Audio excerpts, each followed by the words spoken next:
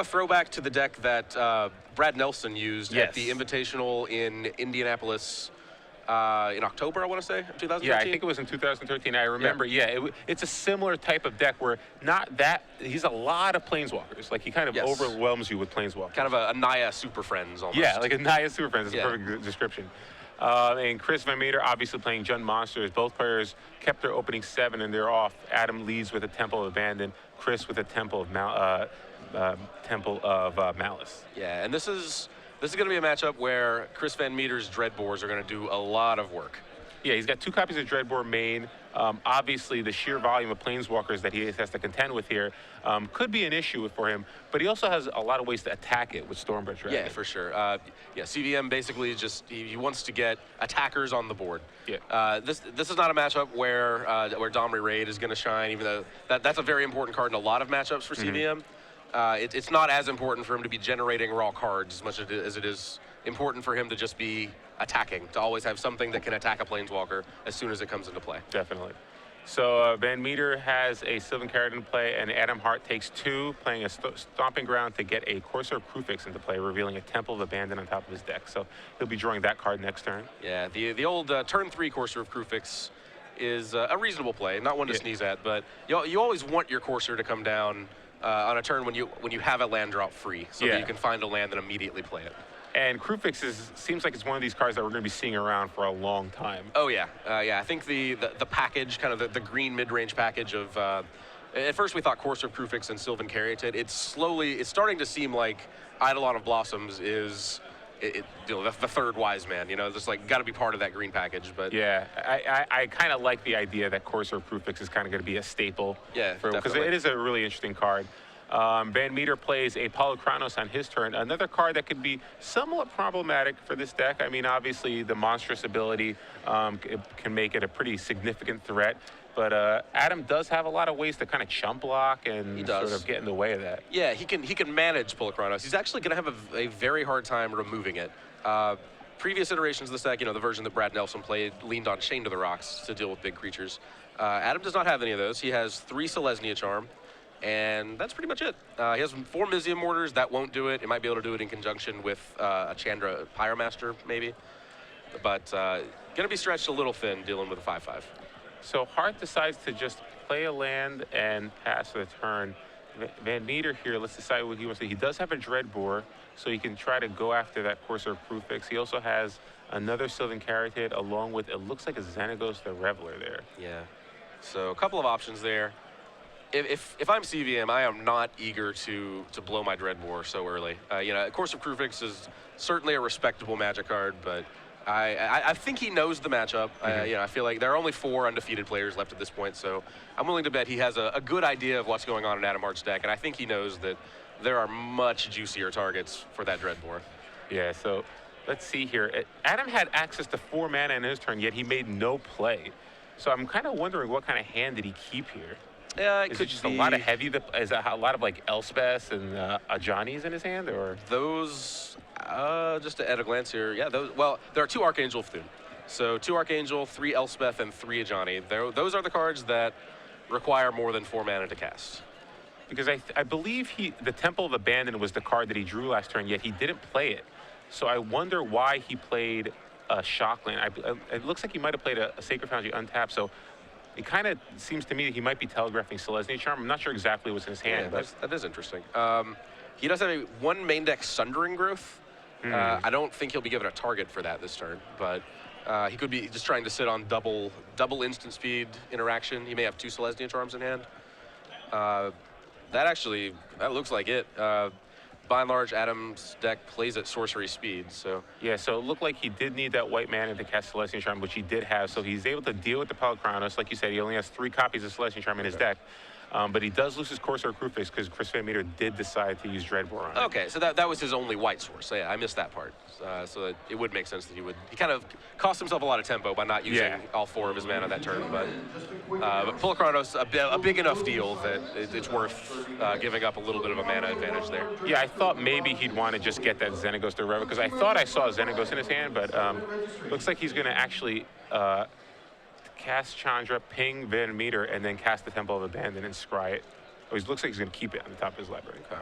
So, yeah, as we said earlier, Adam Hart wants to keep his planeswalkers. That's how he wins this game, you know. And Chris wins by making sure that every planeswalker that Adam plays, he immediately just attacks it off the board. Yep. Chandra, it looks like it's going to stick unless it finds a Dreadbore. Yeah, Chandra, probably the least threatening of all the planeswalkers that Adam has in his deck. Certainly not on the same power level as Elspeth or Ajani. True. Comparable to Xenagos maybe, but VanMeter, though, drew a very powerful spell in Stormbreath Dragon this turn. Yep. Stormbreath is significant in that it can immediately come down and start attacking planeswalkers. In this case, 5 loyalty, so much more than 4, though. Yep. And so it looks let's like see here. VanMeter's gonna. Looks like he's gonna uptick here. So that's going to make 2 mana. That he does have enough then to get the Xenagos into play. This is kind of a burning tree Xenagos. He gets to get it into play and have it replace itself mana-wise. Yeah, and so Adam does have 4 copies of Misery Mortars to potentially answer the Stormbreath, but looks like he's trying to draw it here. Doesn't find it there, but gets to go dig a little bit deeper, get that land off the top of his deck. Does he have? Is this Elspeth or Overload Misery Mortars here? Both would be quite effective. So it looks like Archangel Flame. So he needed the second white source there. Double white there. So Archangel Thrune, not very effective against Stormbreath Dragon. No, it's not the best. But again, if VanMeter doesn't have a way to deal with it, he might be forced to just leave it back to block, perhaps. Although being able to monstrous Stormbreath Dragon and swing in seems pretty appealing here. Yeah. It's strange. Archangel Thune is not effective against Stormbreath exactly, but it's not ineffective either because it races it pretty well. Yeah. Yeah. Even if you monstrous Stormbreath this turn, it's still you're going to gain 3 life, then 4, then 5. You dig yourself out of a hole pretty quickly, assuming you're doing something else. Yeah, and Adam does have cards like Ajani, which can put 3 counters on it. He also has other life gain effects in his deck. So, yeah, you're right. It can actually race it pretty effectively. I wonder here, though, with Adam already at 15. It's close. It's close. Very close. Like, I think it still might be right for VanMeter to attack here. I'm not sure how many cards Adam has in his hand, though. So it's Monstrous actually makes the Stormbreath a 7/7. So at the very least, Adam drops to 8. If he has 2 cards in his hand at least, he drops to 6. So even if he gains 3, it's definitely very close. Depends on how many cards Adam has left in his hand. Yeah, well, it would be. I don't think that there are enough cards in Adam's hand that it could ever be a 2-turn clock. It's always going to be 3, assuming that Archangel can crack in and gain at least 3. Yeah. And again, if he has another way to, like you said, grow the Archangel to gain more life somehow, then I think it's starting to look like a race. Yeah. I think the only way it's lethal in 2 turns is if Adam has 4 cards in his hand, which I don't think he does. I do not either. So it looks like it is going to come through, and we're all going to get that monstrous. It's the monstrous. So we'll see how. Is that no cards? No, he must have some. He's got them close to the chest. There they are. All right. So I believe that's 2 cards. Yeah. And I think Adam is probably... Oh, wait, no, he drops to 4 here. So I guess it was way more than that. Oh, wow, that is a lot of cards. So he did have 4 cards in his hand. All right. So, that Monster Stormbreath did plenty good work then. So, yeah, at this point, he can attack with the Archangel, go up to 7, but Stormbreath is a 7/7. So unless he has a pump spell, which it looks like he might have a Celestial Charm, could gain him a little bit more life with that Archangel. His strongest play here, I think, would be Elspeth to use the minus ability pre-combat to get rid of the Stormbreath. Yeah. And keep the Angel. And I think he would definitely be in the clear if he did that. He would be facing 6 on the crackback from a second Satyr and the Mutavault. But he would, well, actually, it would only be 1 Satyr because he could actually kill off Xenagos in conjunction with that Chandra. Yeah, so he has he revealed a Voyaging Satyr with the Chandra. And I don't believe Voyaging Satyr helps him out much here. Yeah, so he's going to actually cast Legend. I'm surprised he didn't cast any of his creatures first to get the counters off Archangel. Yeah, that is a little bit of lost value, unless he has another Planeswalker or something. He may expect to need that mana elsewhere, but he does not. Yeah, so it looks like he literally just lost a little value there with the Archangel. Obviously, you could have gotten counters on them, but either way, he still has to find an answer to that Stormbreath Dragon. Yeah, that's really all that matters right here. you know, we actually are kind of getting to the point where if he had a Johnny or a Selesnya charm, that actually becomes an answer at this point. At that point, the Archangel becomes big enough to be gaining more life than he loses each swing. Yeah, so VanMeter needs to hold the Stormbreath Dragon back. Yes.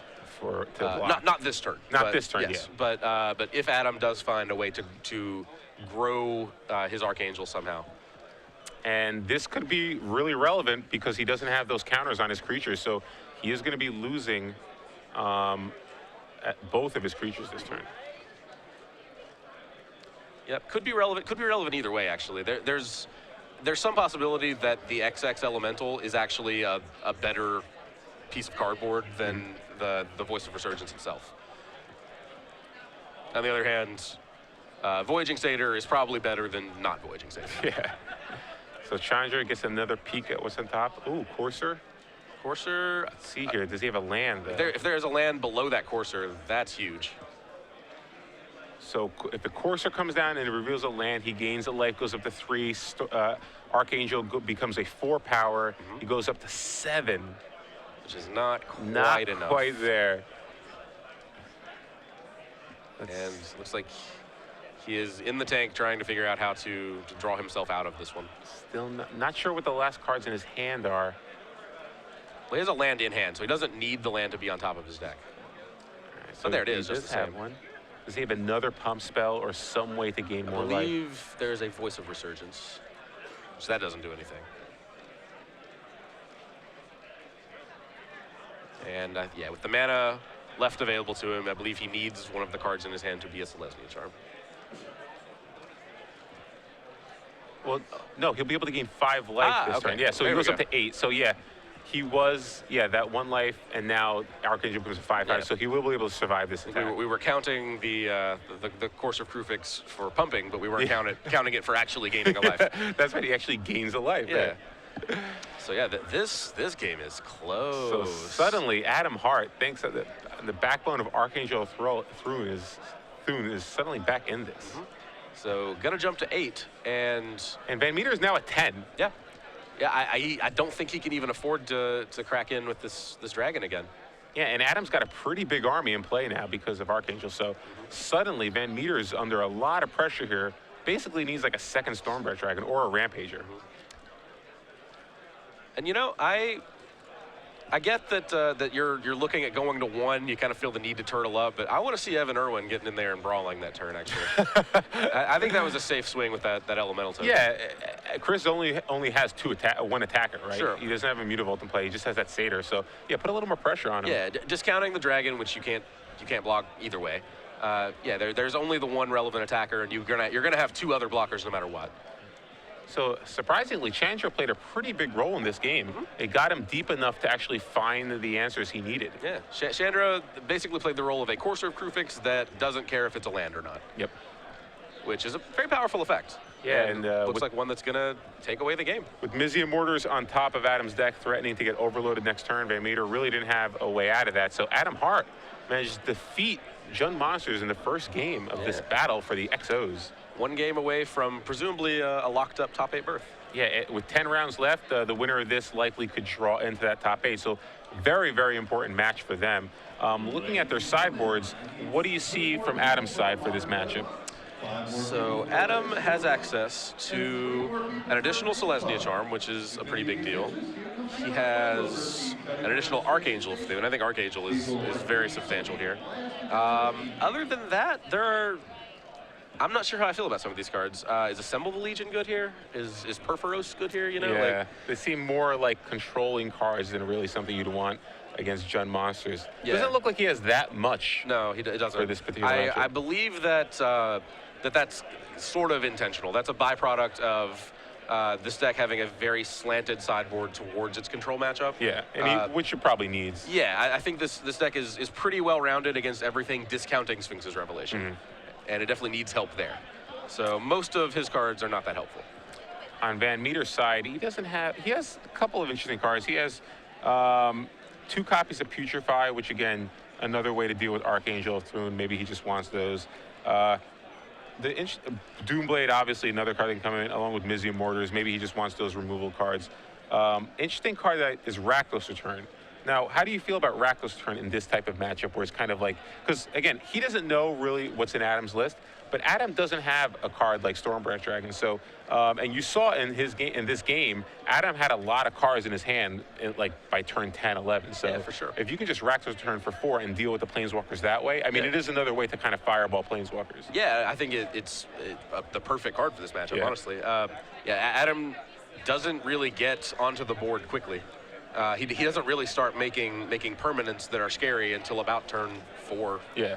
Turn 3 with a Sylvan Caryatid and with a little help and lands that cooperate. Yeah. But yeah, definitely he's pretty exposed to Rakdos' return, I would think. Yeah. So it seems like the combination of the removal and Rakdos' return from VanMeter's side after board is going to play a huge role in this. I also think Stormbreath Dragon is just really, really good in this matchup. Obviously, Adam has 4 Mizium Mortars, but he's going to get at least 4 damage in. It could potentially kill a Planeswalker, and if he's able to ever untap with it and overload it, there's really very little things, other than Elspeth, there's very little Adam can do about it. Yeah, Stormbreath is, as it often is in these monsters decks, Stormbreath is an incredibly flexible threat that it kind of weasels its way around a lot of defenses. Yeah. So both players are going to their sideboards and shuffling up for game 2. While they're doing that, we want to talk about the new promotional series that we've been doing recently. I mean, the last one was, I believe, Squirrel Storm. Squirrel Storm, which if you caught a glimpse of us at the beginning of the round, we are both rocking our sweet Squirrel Storm pins. I actually took mine off because I went outside. What? But I do still have it. All right. You will see it in between after this round. You will see it on me. Get that thing back on. But yes, the new one for the next series is Squirrel Acorn Mystic. So Acorn Mystic, I'm not going to give away what it's off of, but it's basically based on a legacy staple. It is a squirrel version of one of the legacy staples that you might be familiar with, maybe not. You might have heard of a certain something or other mystic that likes to find things and put them into play. Likes to run wild all over the legacy scene. So this is going to be available June 13th. You can get the play mats, the dice bags, the sleeves, the deck boxes. We're also giving away tokens at every Legacy Open Series event starting June 13th. So be sure to look out for that. I know that's really popular. I've been seeing Squirrel Force of Wills. I've been seeing Squirrel Storms. And obviously, you're going to be seeing Acorn Mystics pretty soon. So plenty more coming. Look at this guy. This cute little guy. Just a cute little guy. Too cute to have been banned in Standard, I'll tell you that. He is way too cute. If this is the picture of what it's based on, there's no way it would have been banned in Standard. I don't think so either. Or Modern. So both players are opening up with their 7-card hands. It looks like VanMeter will be on the play this game, and it looks like he's happy with this 7. Unfortunately, Adam is not. So Adam is going to be mulliganing here. And again, kind of like what we talked about, you have to figure that VanMeter has to be favored after board here. Yeah, I agree. Adam, he's taking a mulligan here. I think this deck is actually kind of prone to mulligans. Really? These decks kind of play out at the same pace. They're kind of mid-rangey 4-drop decks, basically. But Chris's 4-drops are very proactive once they start hitting, whereas Adam's are kind of more like gum up the ground and kind of build your fort. Like Adam's kind of like playing tower defense here. Yeah. So like even when he kind of curves out and starts deploying his planeswalkers, they don't really go aggro. So that puts him on the back foot more, I think. So he's more exposed to hands that like kind of misstep somewhere, I think. Yeah, I kind of see that because his deck is just so, it seems so defensive-minded compared to Jund Monsters. Yes. And, you know, that does leave you to certain hands where you just can't afford to keep because you know how aggressive your opponent could be. So you're probably going to be mulliganing a lot more, even in this particular matchup, maybe not even in general, but particularly in this matchup, just because you know, if I don't do anything by turn 3, I'm probably losing. Yeah. You know? So Adam is going to draw 6 cards here and see if he's okay. Again, even though I think VanMeter is probably favored after board, I mean, anything can happen. We kind of saw that first game. It was looking good for VanMeter. And all of a sudden, Adam just pulled it out because of Archangel and some timely top decks. So, but unfortunately for him, sitting at 7-0 up a game, he now has to mulligan down to 5. So not always the best feeling. Sure. Not only not the best feeling, a pretty miserable feeling. But the only way it'd be worse if this was game 3. That's true. That is true. So at least he's up a game. But again, Mulligan to 5 here against VanMeter. VanMeter's on the play. He's got a full grip of 7 cards. But there are some cards that Adam can draw that are pretty effective. An unchecked Elspeth can obviously win him the game. A Johnny is still pretty good if you can ramp to it. The only problem with the Johnny is that, like you said, it's more of a, I'm not going to really call it a defensive card, but it doesn't really, there could be situations where it doesn't impact the board. Like if you don't have another creature in play, you're basically just casting it and then just digging for a card. Yeah. So it doesn't help you if you're backpedaling. Yeah, kind of just generates value most of the time. I mean, it can generate beats for sure. Yeah. Being able to add an extra 3 points of damage to every combat, that's certainly valuable too. Like it can be proactive, but yeah, generally it's just going to be kind of accumulating the value there. And that's kind of the nature of all of Adam Hart's threats. You mentioned like an unchecked Elspeth can be a problem. Really, an unchecked anything is bad news for VanMeter. So VanMeter leads with an Elvish Mystic and a Temple of Malice, but no other play here. Adam Hart, he does have a Sylvan Carrot, so Temple of Plenty, Plains, and Sylvan Carrot, and now he has access to all his colors of mana. So the perfect mulligan for Adam Hart. Perfect mulligan. Although VanMeter has a pretty powerful spell on his own, and Domri right here, one of the few Planeswalkers in his deck. He's going to uptick it, and he's going to miss, unfortunately. No value for you. That is a trend for him. He's been missing a lot with Domri, although he does have a Rakdos return, and with Adam mulliganing to 5 this game, this Rakdos return is going to be pretty impactful. Yep, that's rough. Maybe he might not pull the trigger this turn. With a land drop, he could empty Adam Hart's hand right now. Yeah. So let's see here. Yeah, does Adam have 3 cards left in his hand? I believe so. Wow, so he hits a Carotid, and it looks like he does have a 4th land. I'm happy pulling the trigger here. Yeah. I mean, you can, if you have other threats, I could see playing a different threat and then waiting for a Planeswalker to hit the board. I don't know what you get out of that. But given how many 4-drops that Adam has in his decks, I'm with you. If you can empty his hand right now, just do it. Yeah, for sure. I mean, the top of Adam's deck could be spicy. You know, like Adam can cast nearly every spell. Elspeth, Ajani, and Archangel Thune are the ones that he currently can't cast. But anything else comes off the top, Adam can sling it right now. So it looks like CVM is just going to fire it off. Oh, so it looks like Adam has 4 cards, so he's going to be able to keep 1 of them. Ah, okay. Well, that is a much different discussion. Yeah. But I still think this play's fine. I mean, you leave him with 1 card. You still have a Domri in play at 5. True. So it's pretty tough to. And like you said, the cards that Chris is probably most scared of probably start at 5 mana. Yeah, for sure. sure. You know, Archangel, Ajani, Elspeth.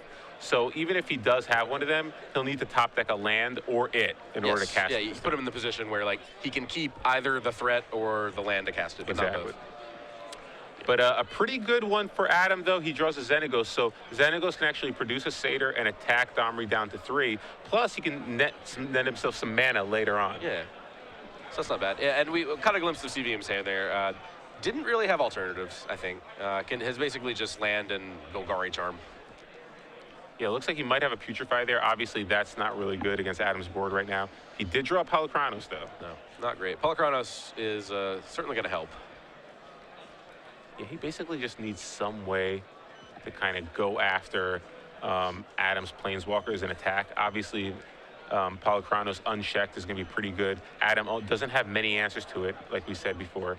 And even if he does have like a Banishing Light, VanMeter has a Golgari Charm, so he's got to be feeling pretty good about that. Sure. So Banishing Light is likely the card the CVM is afraid of there. I was kind of wondering, like, what are we bringing in Golgari Charm for? What are we hoping to accomplish with that card? Yeah, it doesn't seem very good in this matchup if you know what Adam's playing. Yeah, but obviously Chris is probably hedging a little bit, assuming that, okay, if you're a Naya player, you'll probably have Banishing Lights in your deck somewhere. Yeah, that's a reasonable assumption.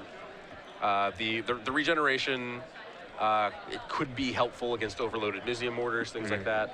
The -1/-1 effect, pretty marginal. It might be decent against a board full of Elspeth tokens, but yeah, it seems like you're getting 3 kind of marginal options out of Golgari Charm, but maybe the 3 of them combine into a card that's worth boarding in. So it looks like VanMeter missed again with Domri, something we've been seeing a lot, mostly because he boards into a lot more spells. But so Vraska comes down and deals with the Xenagos, falling to 2 counters here. Let's see if Adam's able to find a way to deal with the Xenagos now, so the Vraska rather. Very reasonable use of a Vraska. Vraska, it's a one-of out of CVM's sideboard and a very effective one in this matchup. And does get the opportunity to limit it to just one use, but the damage is done here. Yeah, your Planeswalker's gone. You basically just have a 2/2 left in play. You only have 4 mana, so VanMeter's got to be feeling pretty good here. He still has that Domri in play, and it looks like he might be actually. He played the Blood Crypt untap. Is he maybe trying to cast Polukranos with? Because I don't think he has enough mana to cast Polukranos and have Golgari Charm. He has enough mana, but he doesn't have the colored mana. Yeah, I think he just wants to attack with Mutavault here. Okay. Because Adam Hart he's tapped both the Sylvan Caryatids, so he has a free window to attack for 2 here. Yeah, so a little weird sequencing here from Chris, but it looks like he's just going to uptake Domri now. Now he's going to attack and drop Adam down to 14. It looks like, oops, Celestia Charm comes down. Tapped his Caryatids. In retrospect, that's a little conspicuous. Yeah, well, I think VanMeter's got to feel happy about that because it means, okay, I'm not losing my Polukranos. I agree. I think maybe that was the weird hesitation there. Yeah. He was like, well, I'd like to attack. The way Adam tapped his like universal blocker mana creatures instead of his random lands, like that's a little suspicious. What could that mean? Oh, sweet. I think that's what went through CVM's head there. So stomping ground from Adam, and now Chris VanMeter is going to be able to monstrous his Domri Ride, or his Polukranos rather, and get in for some serious damage here. Yep. I'm not sure it's actually worth. Well, I said it's not. Adam being at 16 life kind of makes it worthwhile to just go ahead and monstrous because a 7/7 is so much bigger than a 5/5 in this situation. And plus, he still has Domri in case he wants to just fight any creature that Adam has to play. Oh, wow. So Courser there, and now he's able to hit a Scryland to kind of hit some other threat. Looks like he's going to put that on bottom here. So not a bad hit there. An Archangel Fnoon is there's an Archangel. Another spooky one. So pretty good turn there for Adam. Yep. And Chris doesn't really have an answer now. He's got the Golgari Charm. He's a turn away from, well, he's not now. He was about to be a turn away from ultimating Domri, and a 7/7 Polukranos with all of Domri's accoutrements is a threat that can easily take this game away, I think. And now he can literally just fight and kill everything that Adam plays here. So this way works too. So. Yep. Archangel's going to get eaten by Polukranos, and now Adam's going to fall now to 3. And that's still left with just that Golgari Charm in hand, but no big deal. There in case I need it. So Adam plays a Temple of Triumph and Scries, and at this point, not much else that Adam has to do. Adam can do here. He's going to have to chump block for the turn. VanMeter hits finally with Domri playing a Scavenging Ooze, which produces another threat that's going to be able to kill Adam, even if Adam draws a chump block. Oh yeah, that Ooze is going to grow out of control pretty quickly here.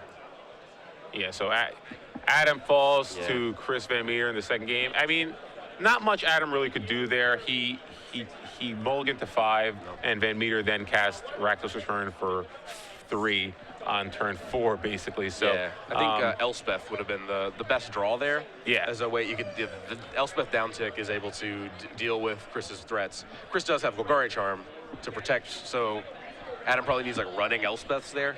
Yeah, because even whether he downticks or upticks to make tokens, either way he's going to be able to deal with it with Golgari Charm. Yes.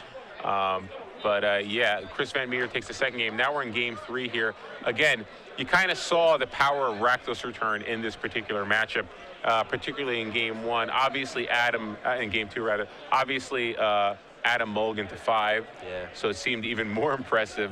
But you kind of pointed out that there's really no way for Adam to stop a Rakdos Return, and plus, his deck kind of doesn't really turn on until turn 3 or 4. So by the time Chris can kind of cast Rakdos Return for like 3 or 4, it's usually going to be for pretty much a lot of the cards in Adam's hand. Yeah, Rakdos Return is pretty much always going to be really impressive when it's cast in this matchup.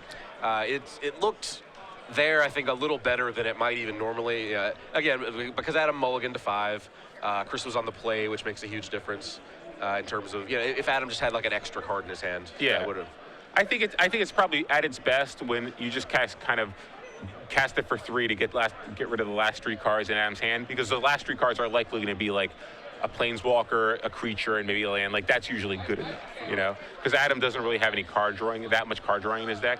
He does have a Johnny. That's kind of a way to kind of regroup some advantage, but beyond that, there's really not much else. He's basically playing off the top of his deck there. Yeah, and that's traditionally the weakness of these kind of planeswalker heavy, the quote-unquote super friends decks. Big effects that interact on the stack rather than on the board. In this standard format, Rakdos Return, one of the biggest ones. Cyclonic Rift is another really scary one. These decks can't really do anything about that.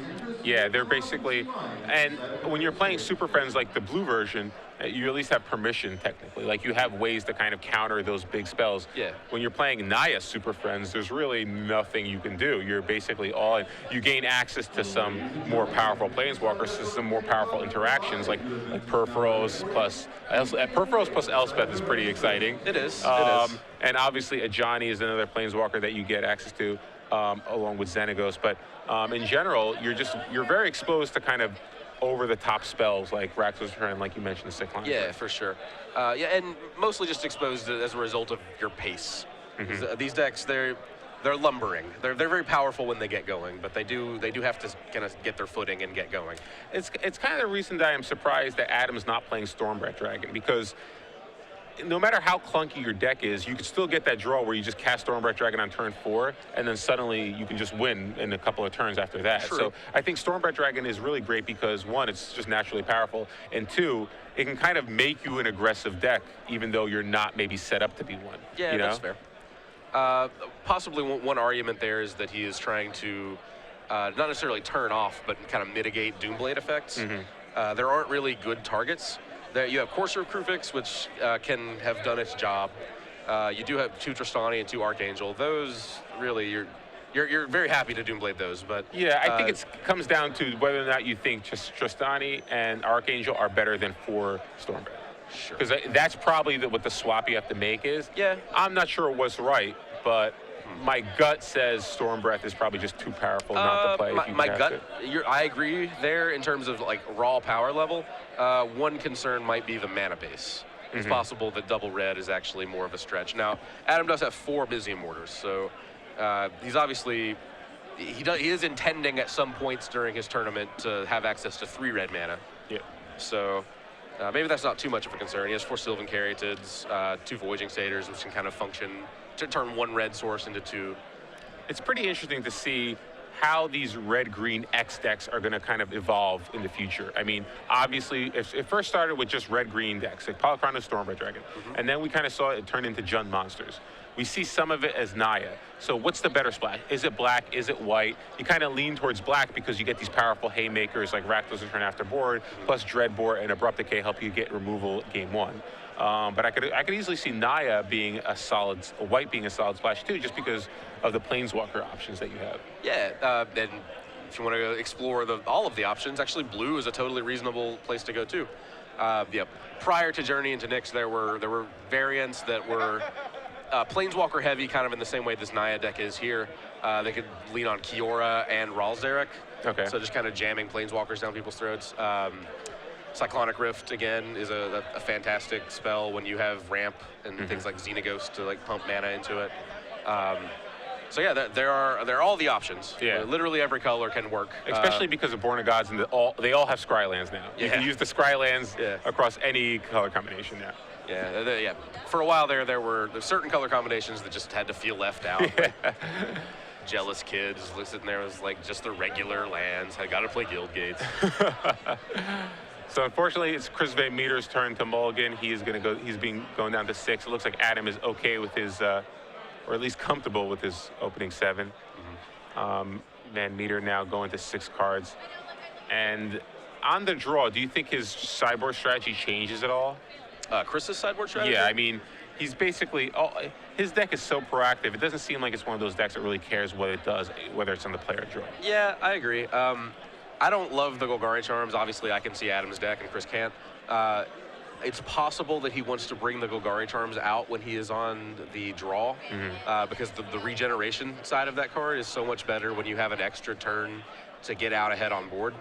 Well, it could also be the situation like you mentioned where he can maybe catch Adam when Adam tries to down-tick the Elspeth. Sure. So maybe that, because again, I thought originally maybe he just brought in Golgari Charm because he thought Adam had Banishing Light. Sure. But again, being able to stop Elysium Mortars or being able to stop it down, take Elspeth, that could play a huge role in the game. So, but I'm with you. It didn't really seem to be that impactful in the game too. I don't know if you need it. Or if there's other better cards that you can be playing in place. Yeah, well, I mean, it just straight did nothing in game 2, but it certainly could have if things had gone differently for Adam. So it's not a dead card by any means, but it's one that I would have reconsidered in sideboarding going into game 3. And I'm curious if Chris actually did take it out. So Temple Shrine from Adam and a Elvish Mystic from Chris. Okay, Chris and Adam both developing their mana as they intend. Adam takes 2 from playing a Temple Garden, plays a Sylvan Carotid. Yeah, these Naya decks, their mana base is ambitious. They can cast their spells with relative consistency, but sometimes they take a turn off to scry one. They sometimes start the game at 14. There are prices to pay for cramming Mizzium Mortars, Elspeth, and a Johnny in the same deck. So VanMeter plays another Elvish Mystic, continues to ramp. Unfortunately, he doesn't have red mana currently. But if he ever does draw it, he does have that Rakdos return, so it's going to be pretty impressive if he can actually cast it because he's able to ramp right now, but short on red mana currently. Yep. The red mana will give him enough mana to Rakdos return the Xenagos away, crucially. Yeah, so top deck red mana would be good. Yeah, like you said, it'll kill Xenagos plus make Adam discard 3 cards. So he also has a Mizzium Mortars in his hand along with a Putrefy. Yeah, but now, if he doesn't hit here, well, he did. that works. But if he doesn't, of course he's going to hit. That would have been very bad, was my point. But we don't need to go there, because he did find it. He's going to slow roll it, too. Not even a Temple of Abandon to kind of make him sweat a little bit. Yeah. Oh, the Temple's a miss, is the thing. Yeah. It's got to come into play untapped. If you give Adam a turn to get that Xenagos to 4 loyalty, then you're in a world of hurt. Then you're always a mana behind on Rakdos return.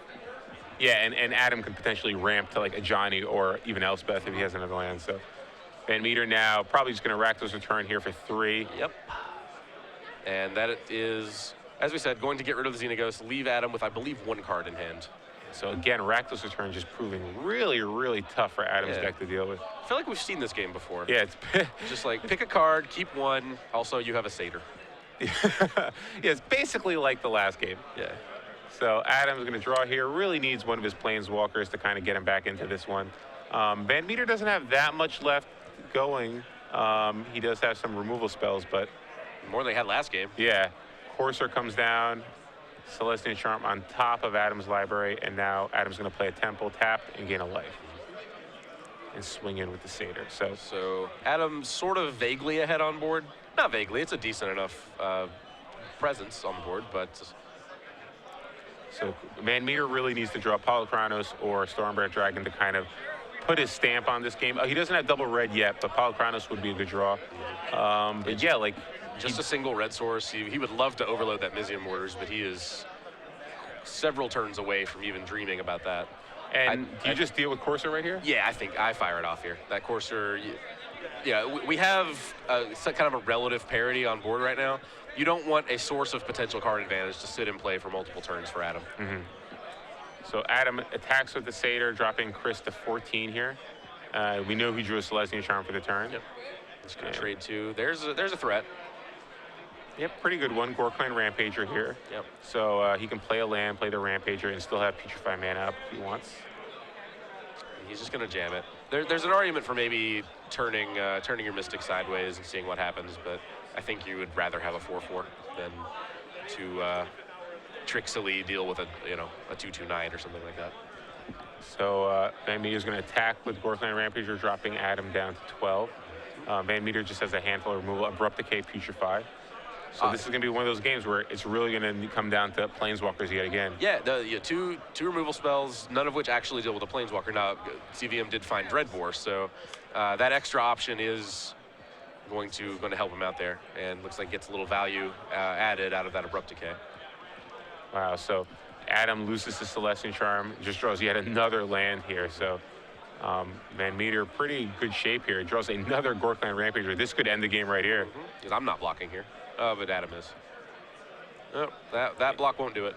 Yep, But, and yeah, there it is. that's not like, certainly not a misplay. That's the sensible block. But yeah, Adam didn't really have much going there. But once again, Rakdos return just It's too good. just stole all of the action and ran away with the game. So Chris VanMeter continues his winning ways, moves to 8-0, defeats one of the other, I believe there's 2 other undefeated players. Now there are only There will be maybe Chris and one other. potentially 2. Adam Hart falls down to 7-1. Not sure how the other match is going, but potentially there could be only 2 undefeateds left. They'll likely draw next round, and it looks like VanMeter, if all things go well, could get another standard open top 8 here. This would be the 2nd week in a row. Second week in a row. I believe he has 13 total. 13 total. 13 wow. total, 2 wins. Yeah, no stranger to success here on the Open Series. And looking to go 1 spot deeper. Wow. And again, he's already in the lead of the player championship board. He's got a firm control. He's got another top 8 here, just really just dominating with Jund Monsters. Yeah. Unfortunately, he just can't quite get there in Legacy. Can't kind of replicate the success he's having in Standard in Legacy. But